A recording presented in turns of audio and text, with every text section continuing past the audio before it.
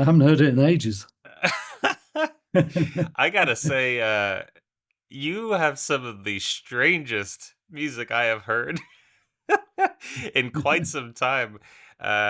People send me a lot of stuff that's pretty out there, but I have just so enjoyed all of your experimentation and your sound crafting, and I'm just like shocked at some of what I've heard, especially and we'll get to some of this on Sans Noodles, but some of the sounds that you discover are almost uncomfortable, and yet you make them musical. It's just, how do you do this?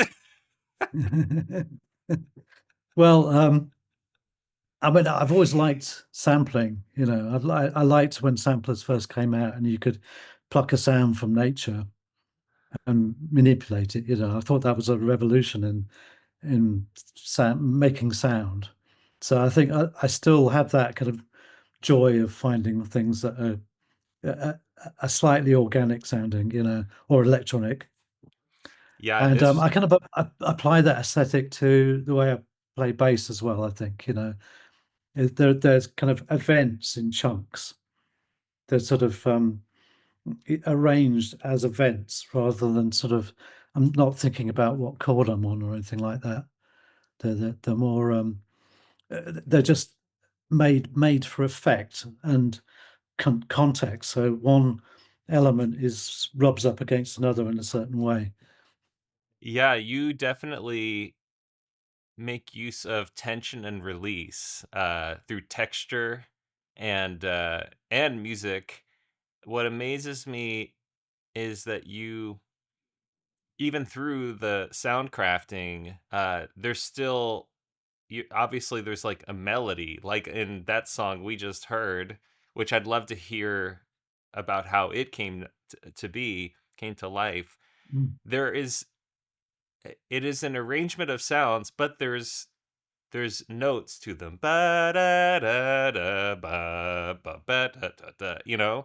But if you Yeah. heard these sounds on their own, like how are you arranging this? Are you finding these samples and going, "Oh, that's kind of a D and that's a, C sharp or whatever." I usually start with the kind of the more kind of the samples or the playing that doesn't really fit in a key. So if there's sort of clashing notes within it or textures, then I think trying to fit that on top of existing music is difficult. I think I like to start with those. So they're usually arranged in a pattern. And then found, I think, for whether a chord will fit over this or whether it will lead into a chord. Um, I mean, sometimes it's fun just to have it without a chord in there, so you're not sure where you are in the key. Uh, but then when you have a burst of a chord or something, you get. I think the tension and release, is kind of pleasing that you've got that mix of things. Well, it is to me, but I mean, other people, they were listening to that, they would call for a doctor or something, and in case they fell over when they started dancing to it or something. Well, I have to Um, admit, I have been playing your music quite a bit the last few weeks, and just the other night I had it on in my living room while I was working, and my wife goes, "Honey, I love that you enjoy this kind of music, but could you please put something different on?" yeah, honey, I love you. You know I love you, but there are times when, Yeah, so yeah. I didn't even formally introduce you. This is Kev Hopper, bassist, best known for working with a very interesting band called Stump. And honestly, I had never heard your work until maybe a couple months ago, when several Make Weird Music viewers on some live streams said, "Oh, you've got to listen to Stump." And I'd Mm. gotten some comments, and people had said, "Really check out Kev Hopper." And I've done a lot of interviews and work with Michael Manring.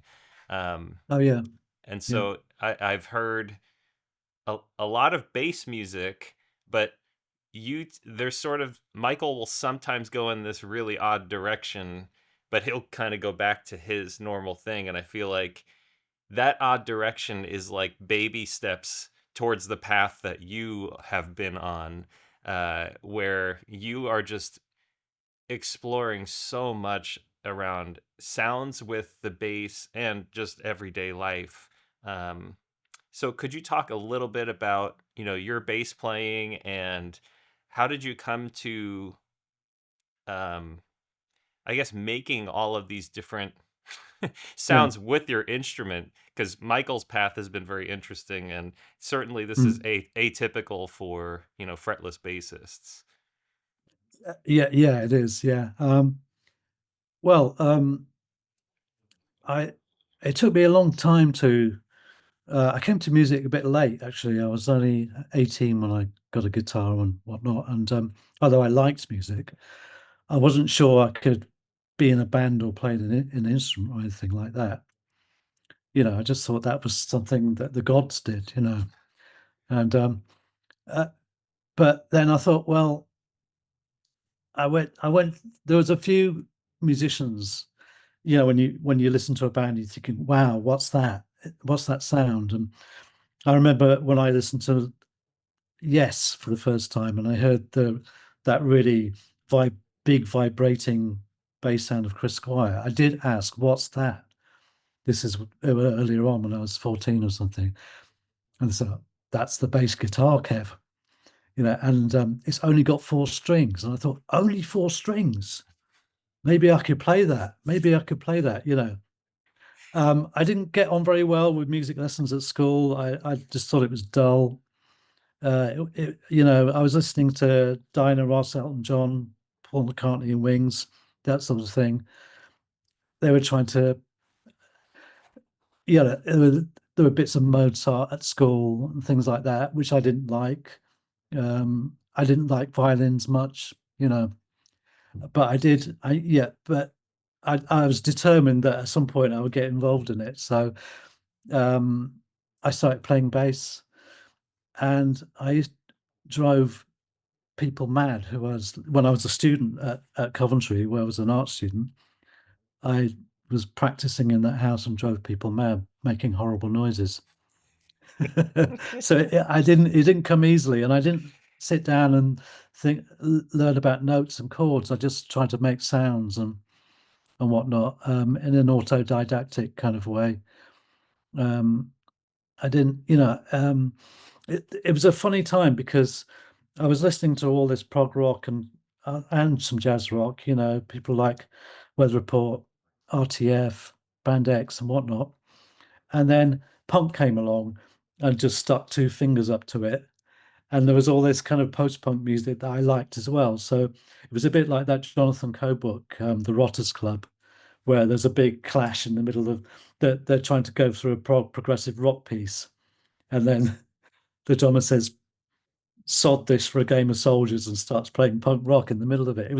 There were those two things pulling at each other. So there was the kind of accomplished jazz rock and prog rock versus the more kind of dissonant kind of sounds of post punk. And I think I liked them both. That was my problem. That was my problem.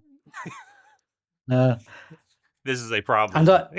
the other thing was, I went to see Brand X play in about 1979 in in London. I asked around all my friends if they would come up with me, and no one wanted to go and see that band. Nobody. They had there was no interest with my friends in them. And I went on my own, sat on my own, got the train back on my own. But I saw Percy Jones play, and that really convinced me that I ought to take it seriously. He was the first musician I saw, a first bass player I saw. I thought, good grief, that is astonishing. So the idea later on with Stump was to kind of condense that style, pot it sort of thing, and then give it to the other musicians. I didn't think I could play with other musicians other than presenting what I'd done and then going, can you do something to that? So I'd had gone for auditions before and failed miserably when they started saying, well, this one's in G. The chorus goes to it goes to an A, and then this is this little bit here, and I'll be going, oh, because I don't tend to think like that. I can tend to try and find funny little things and tie them together. Uh, Actually, I'm not proud of that. I'd rather be more of an accomplished, knowledgeable musician. I like to be able to sit down. I would like to. at some point in the future, sit down at a piano and play a tune. But I think it's too late for that now. Too far. I'm too far gone, Anthony. I don't know. Some of your music is very beautifully composed, and I would put any of, your music up against something from Brand X for sure. Um, I just saw Percy play with a band called Pact. Have you heard this Uh, band? yeah, yeah. Oh my Is goodness. is it? It's quite. Is it quite heavy?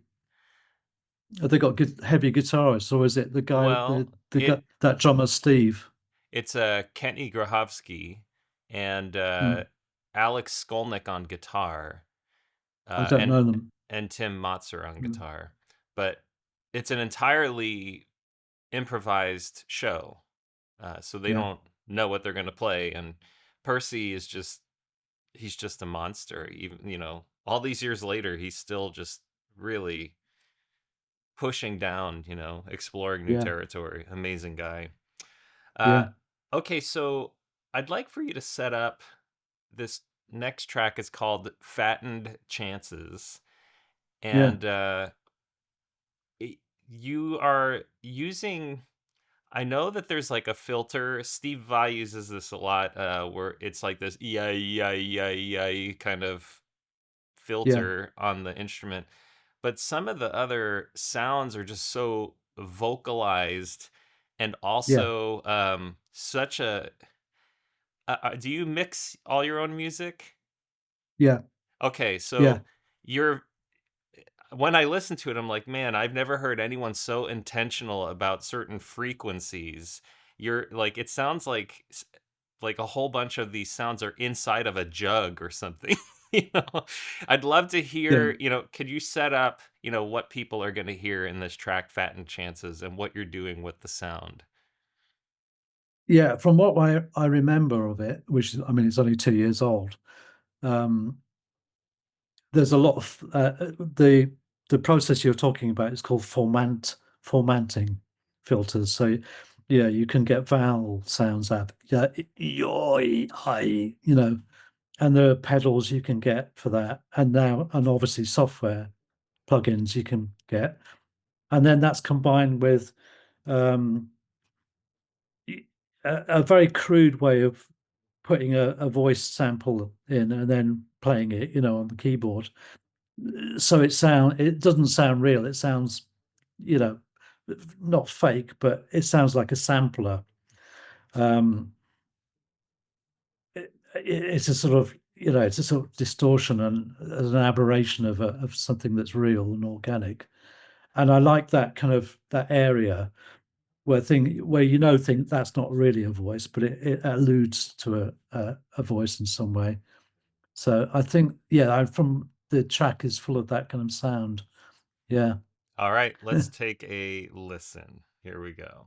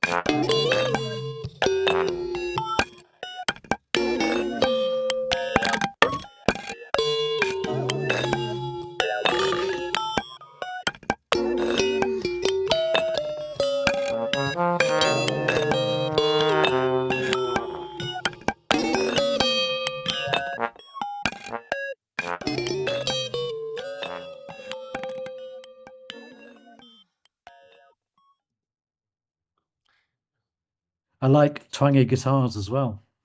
Yeah. Now Um, this is from an album called Sans Noodles. yeah. I don't know if this is where you were going with the title, but I don't hear a lot of bass guitar, and I think about you call the bass strings noodles, and so the album No, has no no. bass strings, or what is it? The reason is Brian, who runs the record label Dimple Discs, said, "Can you? I'd like you to do an album, but don't do too much noodling." Uh, So I call it Sans Noodles. Um, okay. I do get fed up of playing bass in the way we just talked about. I have long periods where I just don't play it. I had a whole decade in the 2000s where I didn't touch it. It was just under my bed. So I do fall out with it and then take it up again. And I'm going that I did there is some bass playing on Sans Noodles, but the last one that I've just completed that's coming out this year doesn't have hardly any bass playing on it at all. It's nearly all electronic. So So I don't have I'm it's you not and a devote I'm keyboard. not one of these guys that gets photographed with their bass, like yeah, the guys that play all the trade shows and stuff and hugging a bass usually, that's my instrument, that's what I do. I do get fed up with playing bass in that odd way that we were describing earlier on. Yeah. Excellent. So tell us like what's the best way to support you, and where do people find out more about you and your music? Uh you don't seem to be like a super online guy, so how Well, how do you funny stay in enough, touch? I've got a Facebook page that I post up quite a bit on. Um, a lot of visual arts as well, like painting and whatnot. But I'm not on Twitter or anything like that, or X or whatever it's called now. Hmm. And I find Instagram very dull. To me, it's like putting something up there and there's no discussion. So the one I prefer is Facebook because then you get a discussion, you get people, and then you can discuss the nuts and bolts of things. Um, but so I am online. Well, I'm I not know you completely, are. I wasn't suggesting that, but I see your posts maybe once a week. Um yeah, and so I don't know if there's another page to follow, or if it's just your personal Facebook account. It looks like a lot of your music, if not all of it, is available on Bandcamp. yeah, that's right. Yeah. Uh, and the last release was through Dimple Disc Records. So I have got a sort of proper record company now, and whatever that word proper means. Uh, um, but I don't know how many people listen to my stuff. And it's difficult to find out. But I my assumption is that there's about 300 people in the world that listen to my stuff, and maybe 250 that actually buy it. So I'm not a big seller or anything. It's just, Well, I that's the point of these of my whole channel. I try to put people like you up front, mm, and I always say the bigger our spotlight gets, the brighter the light we can shine on creative geniuses. And so I have to like feature artists that get a lot of views, which is great. yeah, I love King Crimson, and I love me a lot too. of Yeah, things. Yeah, and people love it too. And so if I get something yeah, big happening with King Crimson, it brings a lot of people.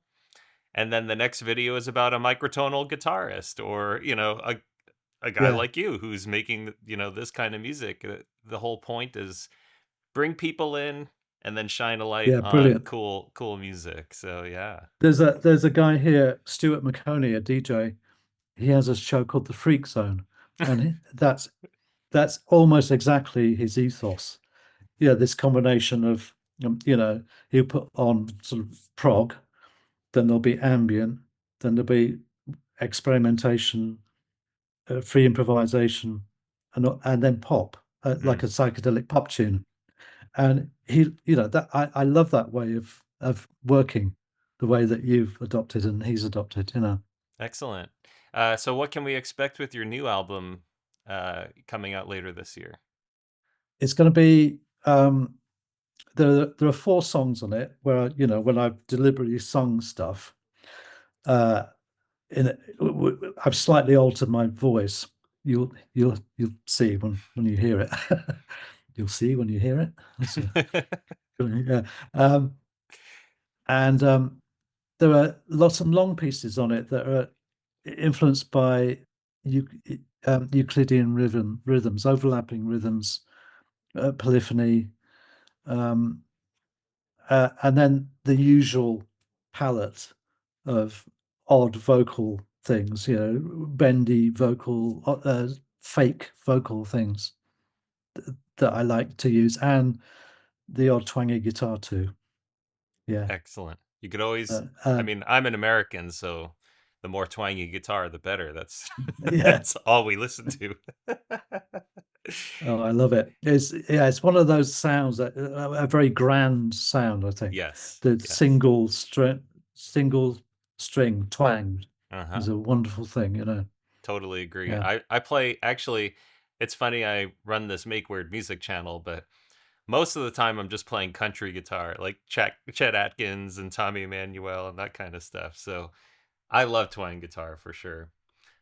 Okay, so I wanted to close on this song called "The Dog Walker," which is actually a pretty Mm. straightforward, nice song. Yeah. Anything you want to share about that track before we close? The chord sequence is I'd say, I mean, it's a bossa kind of thing, but it's fairly standard. If I had to admit, you know, its origins, I can hear that chord sequence in a lot of other songs. Uh, the riff, the guitar riff running through, I was very proud of because I managed to get it to hop from one chord to another, and so it's got a nice swing to it all the way through. uh, uh, and it's meant to be light and breezy. Yeah, Yeah, it is a light and breezy song, and I liked it a lot. And I mm. thought, there's enough weird music in the first two tracks. That's it. Let's round this one out with a more straightforward song. However, anyone who's watching and listening should know I've made a playlist for this interview. So the three songs we've listened to, plus some other selections that I really like of Kev's music, and that will be linked to in the video description. So look for that on Spotify and Apple Music. And I'll also provide a Bandcamp link. So if you like what Kev is doing, you should send him money and buy his stuff. Thank you so much, Anthony. Cool. Thank you, Kev. Yeah.